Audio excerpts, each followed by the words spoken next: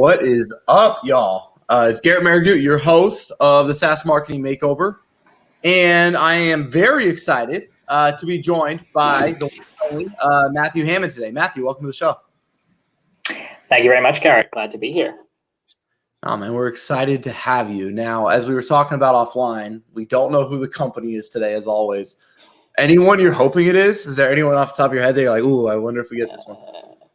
I think we could probably give Oracle a hand with some of their messaging. It's getting a bit old. Maybe even Salesforce, but I suspect it won't be that easy. We'll see. I try to have us. We used to maybe sometimes get like people on the wheel that had more bad things than good things. I've been trying to tell the production crew to hint towards companies that are better than worse. So I'm hoping we get some good ones today, and you and I even get to learn a thing or two. But I actually have no clue. I purposely don't look, so it's always raw and authentic.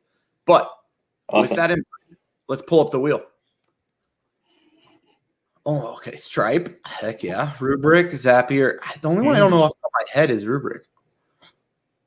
Zapier. Oh, my gosh. Awesome. Okay. Awesome. Now, for those who don't know, or maybe I don't know how many people don't know Zapier at this point, but if you haven't heard of Zapier, essentially, I'm going to give you my way of explaining it, and then we'll see how they explain it. But Zapier helps you take all your different products, sometimes that don't have native integrations to other products, pre-built, and allows you to connect them. Can you do some way of explaining it, Matthew? Yeah, I think so. I agree with that entirely. Do you use Zapier? Are you a customer? Have you used them before? What's been your experience? Long-time user of Zapier, long-time advocate. I think a couple of years ago, I even randomly shared their site on LinkedIn saying what a fan I was. So glad to be reviewing Zapier. I love it. Essential tools of the marketer's tool. No, 100%. Now, so I have a couple ideas for them already off the bat, but I'd love your feedback. When I was prepping for this and checking out Labelbox, you all, when you hit start now or like kind of the free trial sign up, you go to these sign up buttons with social, which I think are great, yet very few SaaS companies these days are doing that. A lot of it's due to security, I believe. What's your take on these buttons for people to get started, and how does this data sync offline? Like, what's that experience as a SaaS company using kind of those pre-built signups? It's an interesting discussion point. I mean, I think from a convenience standpoint, they're great. But having been on the other side of using single sign-on, I actually find it a bit of a pain. And I tell you why. Because when people sign up with single sign-on, you don't actually get a lot of the firmographic data that you might want, like the enforcement of a commercial email address or the company name or things like that. You really only get first name, last name, and in a lot of cases, a personal Gmail account. So I think it's great from a user perspective, but it does bring challenges with data management, I'll say. So let's say you're using the Zoom Info, Reveal, or Clearbit, or any of those data enrichment products, Seamless, and they sign up with Google or Facebook. You're not able to enrich that in your database like you would if they gave you the work email in that below field right here. Is that accurate? Exactly. I mean, sometimes Clearbit will pick up personal emails, but its success rate is very low. So yeah, it's definitely a problem, something that I personally encounter regularly. Yeah. Interesting. Yeah. I mean, have you ran a test? Like, because I know you're running them. Have you ran a test to see what happens to conversion rate with or without these? And like, if it's worth the fact that you have gaps in enrichment? We haven't run a test on this, no, but I'd be interested to do so. Although I do wonder, whether it would be so significant or not. But yeah, something to try out. Yeah, I was just curious. I haven't played with that. Now, let's look at the rest of this page. We got social proof above the fold, kind of old faithful CRO. And now they do integrate, automate, innovate. I want to show you something. So have you seen this? They have an advertising page on Clearbit that's using their own product to enrich it with my logo. See this? Yes, love that. I wonder, wouldn't it be cool if Zapier did that? Because they would know my tech stack from my cookie, and because I don't use Typeform, so they're taking a something I don't use versus if they enrich this with what I didn't use. Wouldn't that be kind of cool? I think that would be amazing. Yeah, that's a great idea. And, it wouldn't be that. You could kind of have like a default version that is, Salesforce plus everything else. Or if you use one of 10 tools, you could build predefined, stack integrations that most users have. Salesforce to, I don't know, Typeform or, I don't know, Airtable, whatever you want. Yeah. Like if this was Salesforce and Marketo or something, right? Like instead of Typeform, and I think this is Airtable. Is that what this is, right? I think it is. Yeah. So like if you had Salesforce to Slack, right? If this was Salesforce and this was Slack, I think you'd get everybody, So I'm interested on that. What do you see here on this homepage? I mean, I think that's actually a really good place to start. I mean, you think about why do you go to Zapier? You go to Zapier because the native integrations fall short of what you need them to do. Now, I mean, whether that's their expected angle, whether that's what they want to be known for, that's how I perceive them today, and that's how we use them. So from that perspective, I think, especially something like Marketo, which is obviously a great tool, but its integrations are clunky and kind of old. So you do need to turn to something like Zapier for a lot of integrations there. Having, as a company like Labelbox, it uses Marketo, having Marketo as the default sort of center of the integration piece, I think would make a lot of sense. So for sure. But, in terms of the other aspects here, connects the apps that you use every day. I think perhaps one of the things that they don't sort of get to here is perhaps the core of the problem. And what is the core of the problem? Well, a lot of these apps don't integrate natively. And that creates silos in your tech stack, basically. At least that's what I would take away. No, and I like that. I'm very much about proving what you say, right? So they say something here that says Zapier handles your busy work. Now, the idea of something handling your busy work is that it gives you time back, correct?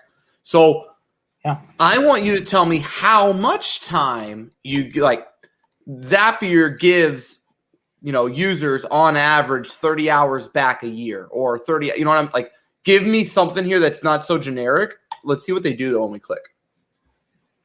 So we got automation that works for you. Cool. And they once again are showing me the product. They're using product language too. Like I've used it. It's called trigger actions. I don't know. To me, if I get to this point on here, and I'm not a super technical user, correct me if I'm wrong, Matthew, but do you feel overwhelmed by this page? Like does this page make you feel like you can fix it or that it's going to be too much? Like what's your take on this? Yeah, I mean, I guess it depends on the audience. For someone like me, I can understand this workflow. I think it does to some extent resonate. I think language like no code and create a Zap in minutes is powerful. But I think, again, what is the kind of value, the proof and the reason why I would need to do this is kind of lacking to some extent.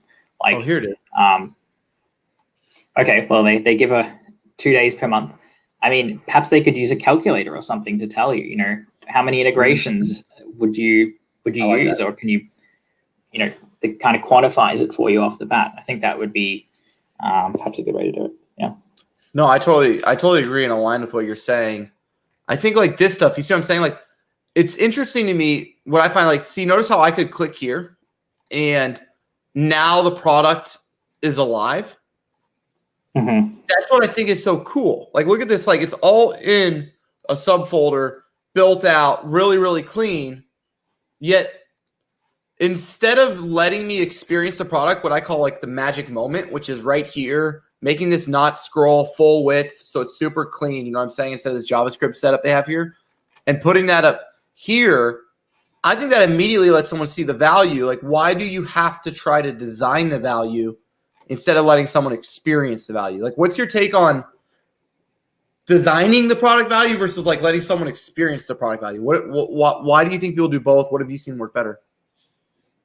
Well, I think it depends on the user, right? If you're marketing to more of a technical audience, they're probably more inclined to want to get their hands on it and sort of see and get exposure to the product. I think if it's more of a managerial or a higher level audience, they're going to want to understand the value of the product off the bat. Why are they buying this? Why should they care about buying this?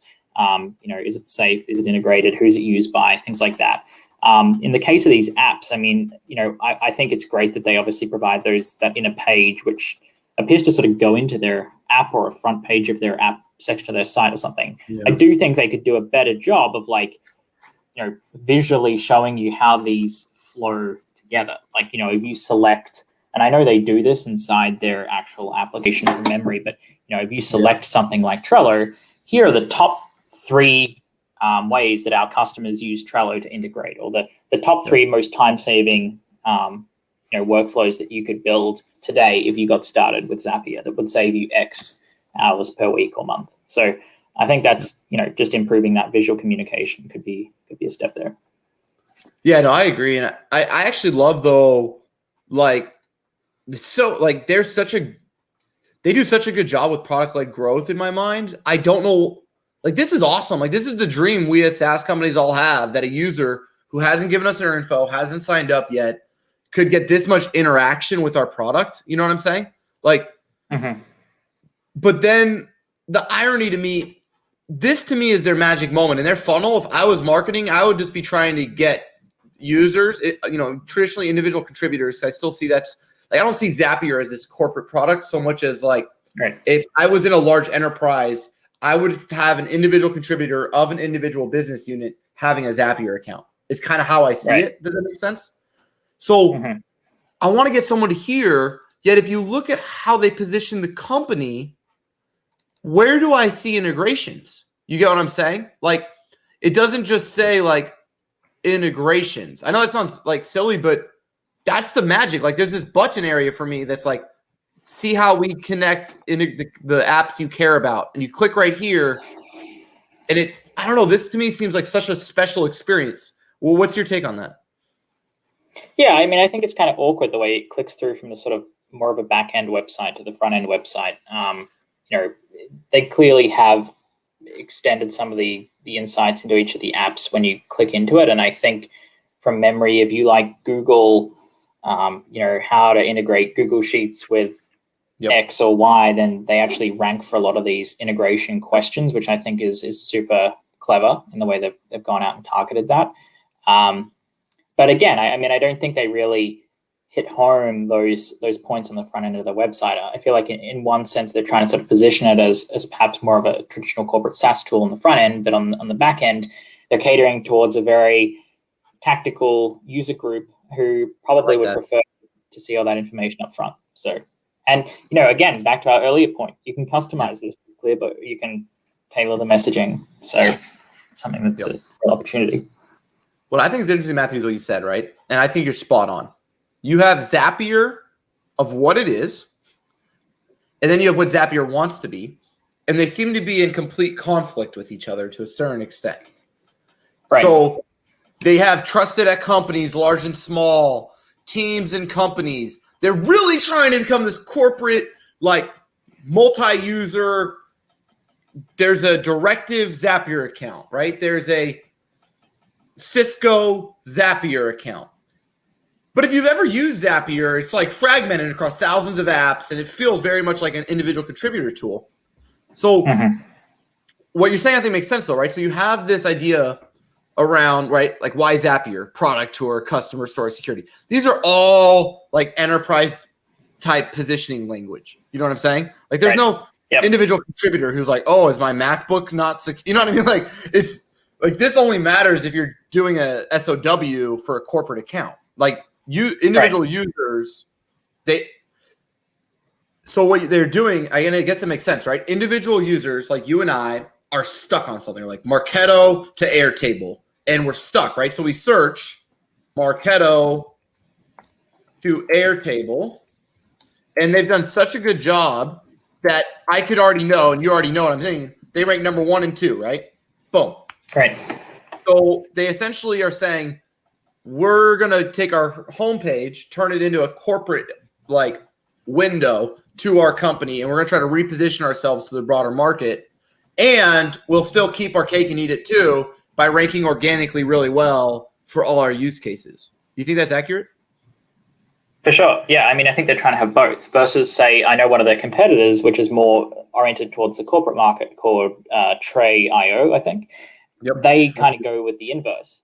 And, they don't allow you to get a necessarily demo. get hands in. It's to get a demo. It's clearly centered around like, we know you use all these apps. These are the automation possibilities, but they don't make any kind of claim that they're trying to necessarily serve, individual contributors or tactical users up front. It's really more of a corporate play. Right. I think Zapier, to your point, trying to have both. Enterprise, like you're saying, right? Like enterprise platform for business. Yeah, you're literally spot on. So, yeah, I think, and I think this really leaves. This is an interesting challenge that a lot of SaaS companies fall into. They kind of become stuck in the middle between like trying to serve enterprise customers. They often, if you're building out a sales team, the sales team wants to satisfy and build enterprise customers because they're larger deals.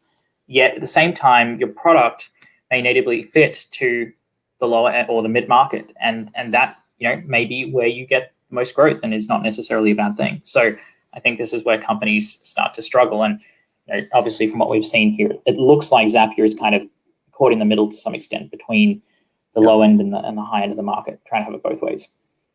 So someone's dancing around like this, Matthew, in your opinion, what do they do? Because, there's nothing enterprise about 100,000 tasks a month.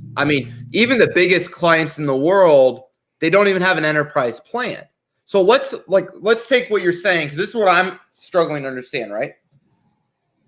Let's say we are going after enterprise, right? You and I, we get tasked by the CMO of Zapier or the board of Zapier, and we're the CMO, and they say, look, we've had individual users for years. Unfortunately, with the scale of our team, our gross margins going to crap, and we need to raise our average order value to get the right LTV CAC ratio so we can build out an enterprise team and grow. And we say, awesome. Why wouldn't you, what enterprise company in the world would do $5.99? So they don't even have an enterprise. Do you get what I'm saying? It's like a weird, if we're going to be Zapier, let's be Zapier. Yet it feels like we're trying to be something else. What's your take on that? Yeah, I agree. I don't necessarily dislike it. To be perfectly selfishly honest, I like the fact that you can go and just click and buy, using a credit card. You don't have to go through that sales process. And maybe that's their angle. I don't know. But, I do think at a certain point, like when you start to hit that 600, if you think about that, that's what, I guess, 6K a year. Or am I doing math right? I don't know. It's been a long day.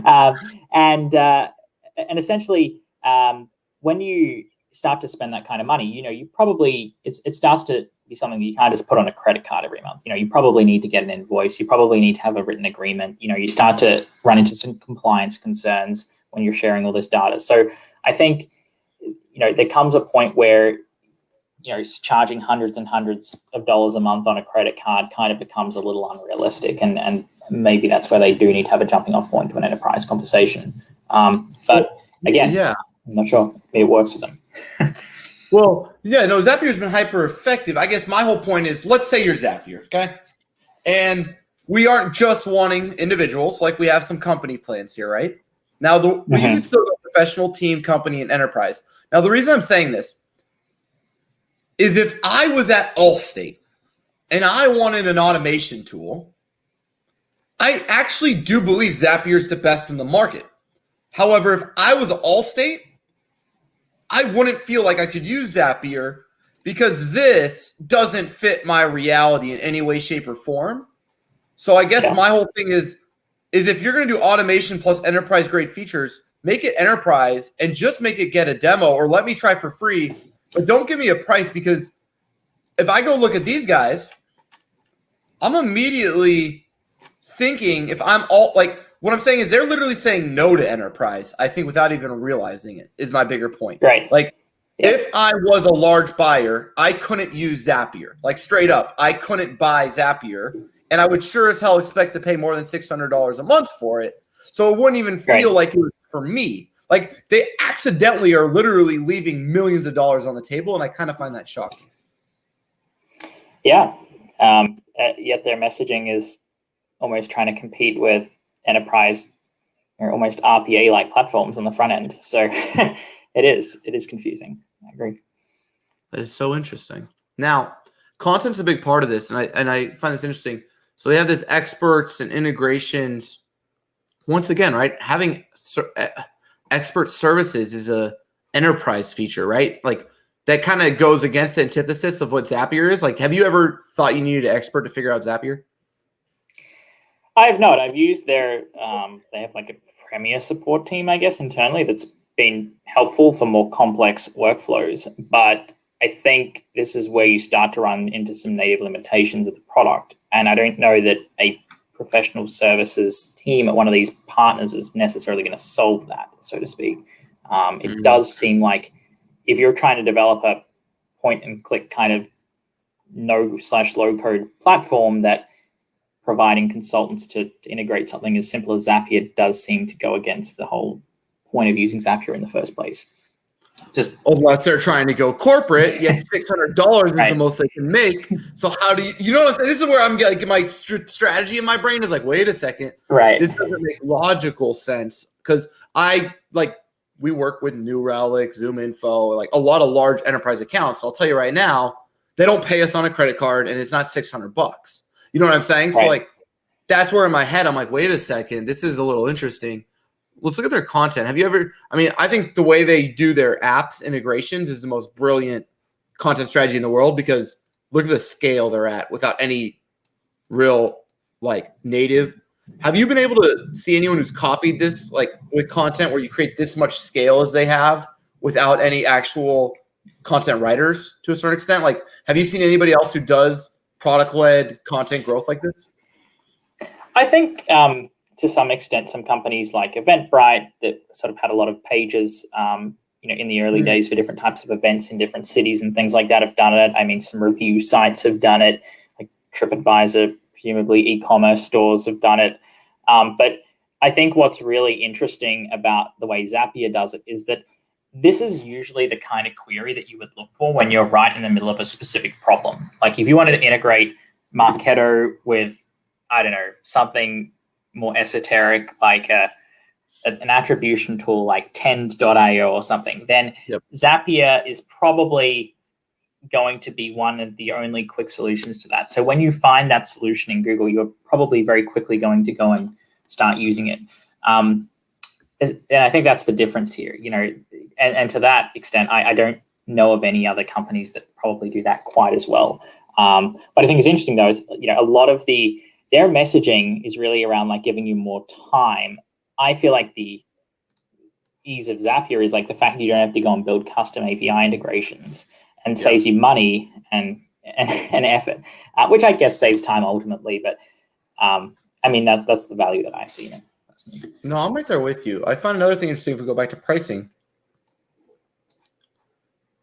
100 tasks a month is actually quite a bit for certain things that require APIs. Would you lower this? Do you think this is enough? Like, what's your take on what % of their users in your mind do you think are stuck on free and get all the value they need out of the product and never have to pay for it? I'm sure there's a decent chunk of users that sit on the free tier, but one thing I will say with Zapier is they do restrict the types of apps you can use on the free tier. So some apps are premium and are not available unless you have a paid plan. Yeah. I like that. No, that's beautiful. No, I see what you're saying. And then, okay, so that's the premium apps is what you're communicating. And then they can then filter. Let's see what's a premium app. Okay, so Facebook ad, lead ads. All of e-commerce, all of sales. So yeah, okay. All of finance, most of social, most of customer support, and most of database. Okay. So sounds like they get a good amount there, so that's cool. Anything else you'd want to see, Matthew? I think, we haven't sort of seen some of the case studies, but I think, again, what I find confusing is here you've got like companies like Adobe in the mix here, Outbrain, which is obviously a pretty big ad network. It's kind of confusing. Who is it for? Again, it's a sort of market orientation. I feel like they just haven't sort of nailed down who their ideal customer is from the look of this. It's just kind of all over the place. I think cleaning it up and building out solutions by maybe company size or maturity level of tech stack, perhaps, or even specific use cases or even industries could be a good place to start. And maybe bundling their pricing accordingly to different groupings of apps that are likely to be used by those different segments is a better way to go. Well, yeah, no, I agree. And I also see now, notice pricing starts at $5.99, even though it was $5.99. Yeah, that's interesting. I do like this language because I don't see this often, especially for major enterprises, teams versus companies. I think it's a really brilliant way of saying like business units versus entire organizations. Yeah. But then, and I think that's consistent with the land and expand approach. 100%, but this is outdated. You see what I'm saying, man? They haven't even updated the brand on this page. Like, this is an afterthought. Yeah. And I think this is actually really symptomatic again, and something that I've faced challenges with, where you have a different app and a front end marketing website, because often they are not managed together. I mean, you've really got to blend the two together in some respects and manage the experience on both equally as well. So, not surprising. Yeah, no, it's interesting because like this is obviously an aftersight. Like if you looked at even the last page, right? This is their new brand, new font, on brand. And then this is this print. Yep. And so it's obviously like teams and companies is an afterthought, because when they did the rebrand, this page didn't get prioritized. We all know what that is, right? We all go, I've got a rebrand going live on March 1st, and not all the pages are fitting perfectly in it, especially the ones that are afterthoughts. So it's interesting to find this as an afterthought. You know what I'm saying? Right. Especially the highest value segment. Or yeah, it's one of the highest value segments. Totally crazy. So Matthew, you've been hired. Congratulations. I'm sorry, Labelbox. We've lost Matthew Hammon. She is now the CMO of Zapier. You show up, you got a quarter to kind of institute and learn. What are the 3 things that you want to implement as the new CMO from the outside looking in? Obviously, we're not on the inside. We don't have all the data, and we don't know all the alignment. We don't have we don't know a lot of things. Okay, let's be fair here. But we're on the outside looking in. What are the 3 things you want to do to get started?